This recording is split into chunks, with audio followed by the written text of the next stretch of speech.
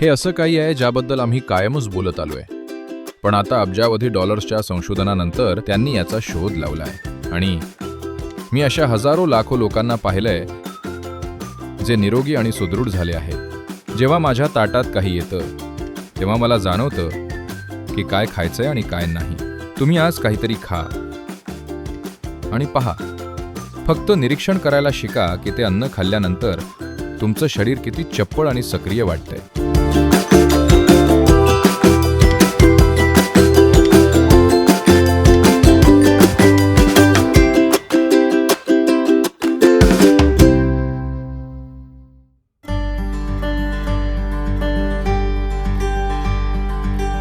एक साधी गोष्ट जी सध्या जगात खूप गाजत आहे. जर तुम्ही आमच्या आश्रमात आलात तर तिथले सर्व लोक जे शारीरिकदृष्ट्या प्रचंड सक्रिय आहेत ते सकाळी 10 वाजता आणि संध्याकाळी 7 वाजता असं 2 वेळात जेवतात. कितीतरी डॉक्टर मला सांगत आहेत की ते कुपोषणानं मरतील, असं होईल तसं होईल, तुम्ही हे केलं पाहिजे ते केलं पाहिजे. मी स्वतः बऱ्याचदा दिवसातून फक्त एकदाच जेवतो. एकदाच भरपूर जेवण आणि झालं. आणि डॉक्टर मला म्हणायचे, नाही सद्गुरू, तुम्ही ज्या प्रकारे प्रवास करताय त्यामुळे तुमचं असं होईल तसं होईल. तुम्ही किमान दर 4 तासांनी काहीतरी खाल्लंच पाहिजे. मी म्हणालो, राहू द्या, मी अगदी व्यवस्थित आहे. पण आता अमेरिकेतल्या एका मोठ्या विद्यापीठाने इंटरमिटंट फास्टिंगचा शोध लावलाय. हे काही चुकीचं नाहीये, चांगलंय. पण त्यांनी अशा गोष्टीचा पुन्हा शोध लावलाय जी आपल्याला कायमची माहीत होती. आता प्रत्येकजण म्हणतोय की 16 तासांचं अंतर असलं पाहिजे. मग तुमचे सर्व आजार निघून जातील. गेल्या हजारो वर्षांपासून आम्ही दुसरं काय सांगत होतो? साधी गोष्ट ही आहे की याला अनेक पैलू आहेत, मनोवैज्ञानिक, शारीरिक. पण सध्या जगात कॅन्सरचं प्रमाण वाढत आहे. कॅन्सरची पेशी ही समाजातल्या गुन्हेगारासारखी आहे. आपल्या सर्वांच्या शरीरात ती असतेच. जेव्हा त्यांचं प्रमाण गरजेपेक्षा जास्त होतं किंवा त्या संघटित होऊन एकाच जागी जमतात तेव्हा त्या संघटित गुन्हेगारीसारख्या होतात. मला खात्री आहे की कोचीमध्ये काही खिसेकापू असतील, हो ना? छोटे गुन्हेगार जे एकटे किंवा 2 ते 3 मिळून काम करतात. आपण त्याकडे फारसं गांभीर्यानं पाहत नाही, सोडून देतो, कारण तसं होत असतं.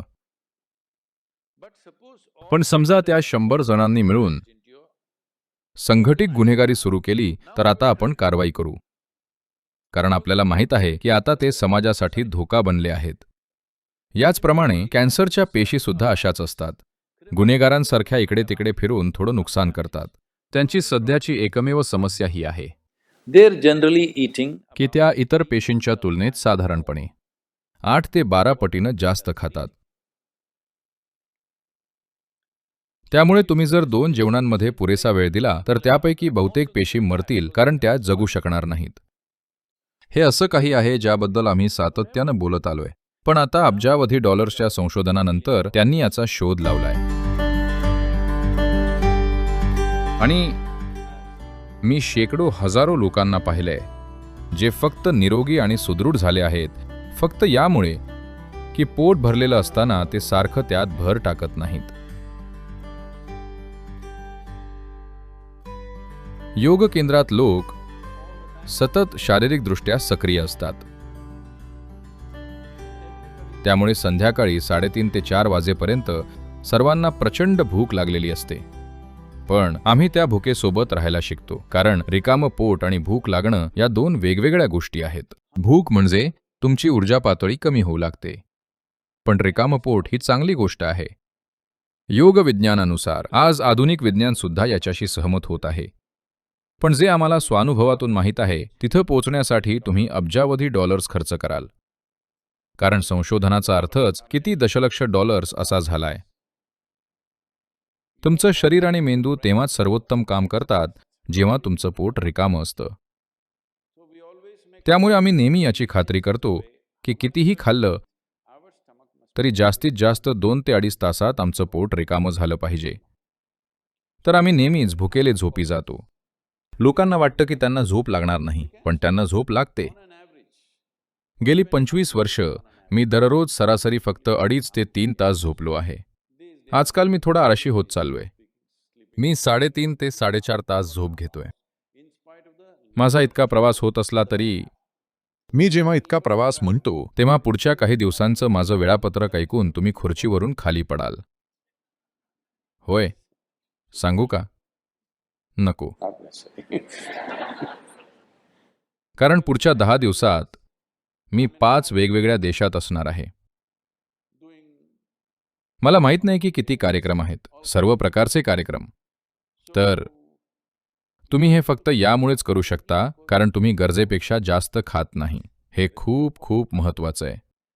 प्रत्येकजण 2 वेळा जेवतो. मी साधारणपणे एकदाच जेवतो. संध्याकाळी 4:30 ते 5च्या सुमारास. कारण मला ताटासमोर बसून किती खावं याची चिंता करायला आवडत नाही. मला पोटभर जेवायला आवडतं. तर जर मी संध्याकाळी 4:30 ते 5ला जेवलो तर मग थेट दुसऱ्या दिवशीच. हे पुरेसं आहे का?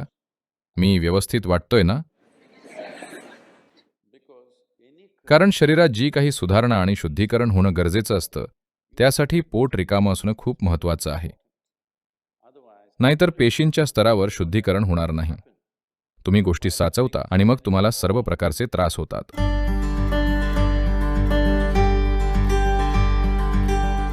जेव्हा तुम्ही अन्नाला स्पर्श करत नाही तेव्हा ते काय आहे हे तुम्हाला समजत नाही. जर अन्न स्पर्श करण्या इतपत चांगलं नसेल तर ते खाण्यासाठी कसं काय चांगलं असू शकतं हेच मला कळत नाही. म्हणजे आपण आपल्या आईचं न ऐकता हातानं जेवायला हवं होतं. कारण अन्नाला स्पर्श केल्यामुळे आपण त्याच्या संपर्कात राहतो. तुमच्या हातांची स्वच्छता पूर्णपणे तुमच्या हातात आहे, पण काट्या चमच्याची स्वच्छता पूर्णपणे तुमच्या हातात नसते. हे अगदी खरं. आणि दुसरं कोणी नाही, पण तुम्ही तुमच्या हातांचा वापर केलेला आहे. त्यामुळे याची खात्री असते की तुमचे हात सध्या किती स्वच्छ आहेत किंवा नाहीत. पण काट्या चमच्याचा वापर कोणी, कसा आणि कशासाठी केलाय हे तुम्हाला माहीत नसतं. आणि त्यांनी फक्त टिश्यूने पुसून तुम्हाला दिला तरी तो बराच स्वच्छ दिसतो. महत्वाचं म्हणजे तुम्हाला त्या अन्नाची जाणीव होत नाही. आपल्याला पहिली गोष्ट हीच शिकवली गेली आहे की जर तुमच्यासमोर अन्न आलं तर काही क्षण त्या अन्नावर हात धरावेत, ते अन्न कसं आहे हे अनुभवण्यासाठी. जर माझ्या ताटात काही आलं, मी फक्त असं धरलं तर मला कळतं की काय खावं आणि काय नाही. ते चाखल्यानंतर मी नाकारत नाही, मी ते खातच नाही. कारण माझे हात त्या अन्नाची चव घेण्याचा पहिला स्तर आहे. जिभेने चव घेण्याऐवजी अन्नाला जाणून घेणं महत्वाचं आहे. पहिली गोष्ट म्हणजे अन्नाला जाणून घेणं. तुम्हाला एखाद्या व्यक्तीला जाणून घ्यायचं असेल तर तुम्ही त्यांच्याशी हस्तांदोलन करता. मी सहसा ते टाळतो, पण ही एक चांगली रणनीती आहे. पण जे अन्न तुमच्या शरीराचा भाग बनणार आहे, तुमचे हात सर्वात आधी येतात. जरी तुम्ही त्याला स्पर्श केला नाही तरी फक्त जागरूक राहून तिथं उपस्थित राहिल्यानं तुम्हाला स्पष्टपणे समजतं की ते अन्न तुमच्या शरीरात गेल्यावर कसं वागेल. हे ठराविक अन्न या ठराविक दिवशी तुमच्या शरीरात जायला हवं की नको. कारण तुमचं शरीर दररोज सारखं नसतं. दररोज प्रत्येक क्षणी ते वेगळं असतं. जर तुम्हाला अन्नाचा फील घेता आला तर सहज कळतं की आज हे अन्न तुमच्या आत जायला हवं की नको. एवढी जागरूकता निर्माण झाली तर काय खावं हे लोकांना वारंवार सांगायची गरज उरणार नाही.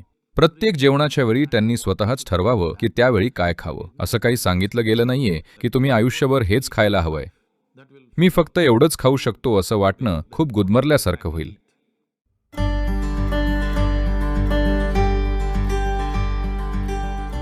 तुमची अन्नाची निवड आणि त्याचं सेवन सुद्धा जाणीवपूर्वक असायला हवं. तुम्ही काय खाता यापेक्षाही तुम्ही ते कसे खाता हे तितकंच महत्वाचं आहे. जेव्हा मी म्हणतो की तुम्ही ते कसे खाता, हे सर्व जीवनाचे घटक पदार्थ आहेत. त्या प्रत्येकाला स्वतःचं एक जीवन होतं. मग ते एखादं झाड, प्राणी किंवा भाजीपाला असो, सर्वांना स्वतःचं असं जीवन होतं. आता एका प्रकारे तुम्ही त्यापासून अन्न बनवताय. तुम्ही त्याचं सेवन अत्यंत कृतज्ञतेनं केलं पाहिजे. जर तुम्ही खात असलेल्या अन्नाप्रती कृतज्ञता आणि आदराची भावना ठेवून त्याच्या जवळ गेलात, जेव्हा मी आदर म्हणतो तेव्हा कदाचित तुम्हाला ते थोडं अति वाटेल, पण मी तुम्हाला विचारतोय, समजा आम्ही तुम्हाला एका खोलीत ठेवलं आणि 5 दिवस काहीही खायला नसेल.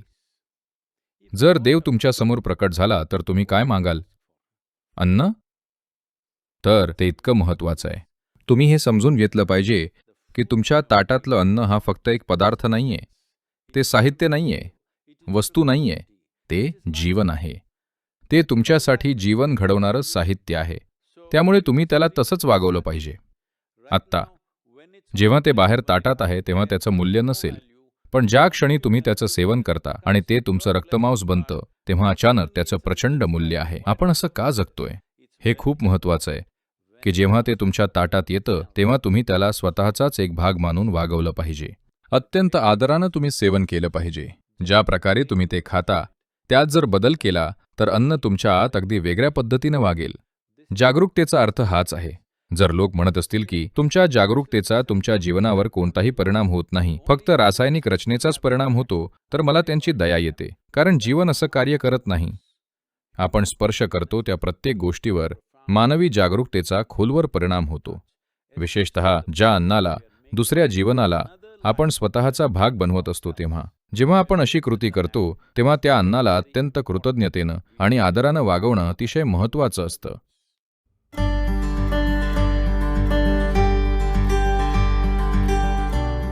मी तुम्हाला सांगू इच्छितो की चांगली सवय आणि वाईट सवय असं काही नसतं. सवय म्हणजे तुम्ही अजाणतेपणे कार्य करत आहात.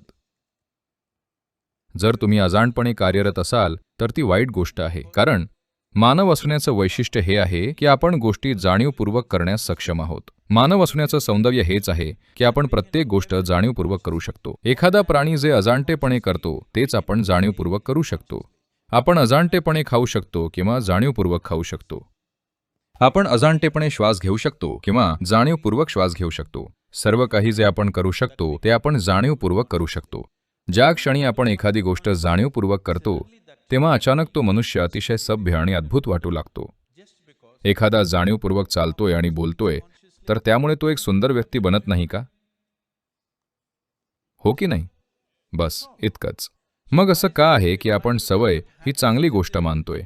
सवय म्हणजे ठरवलेली वास्तविकता, जिथं तुम्हाला विचार करायचा नाहीये. तुम्ही सकाळी उठता आणि ते तुमच्यासाठी घडून येतं. नाही, तुमच्या जीवनाचं यांत्रिकीकरण करण्याचा प्रयत्न करू नका. ही कार्यक्षमता नाहीये, ती यंत्राची कार्यक्षमता आहे.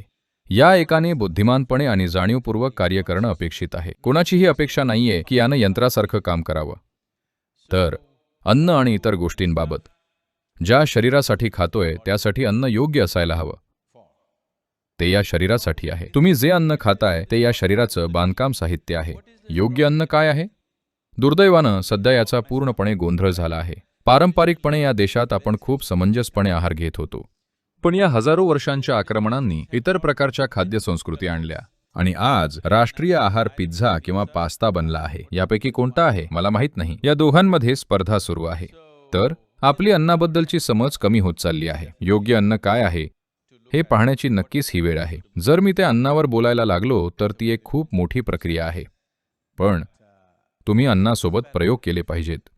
फक्त जिभेने नाही तर शरीराने. तुम्ही आज काहीतरी खा आणि पहा. हे निरीक्षण करायला शिका की हे अन्न खाल्ल्यानंतर शरीर किती चपळ आणि सक्रिय वाटतंय. जर त्याला थडग्यामध्ये जावंसं वाटत असेल तर ते अन्न चांगलं नाही.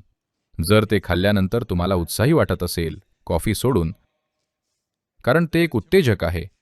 खाल्लेल्या अन्नामुळे शरीराला अतिशय चप्पळ आणि जिवंत वाटत असेल तर ते चांगलं अन्न आहे. शरीराला ते आवडतंय. काही खाल्ल्यानंतर सुस्त वाटत असेल तर याचा अर्थ त्याला ते आवडलेलं नाहीये. ते पचवायला त्रास होतोय म्हणूनच सुस्त वाटतंय. तर फक्त या आधारावर, अर्थात बरंच काही आहे, सांगण्याचा हा सोपा मार्ग आहे.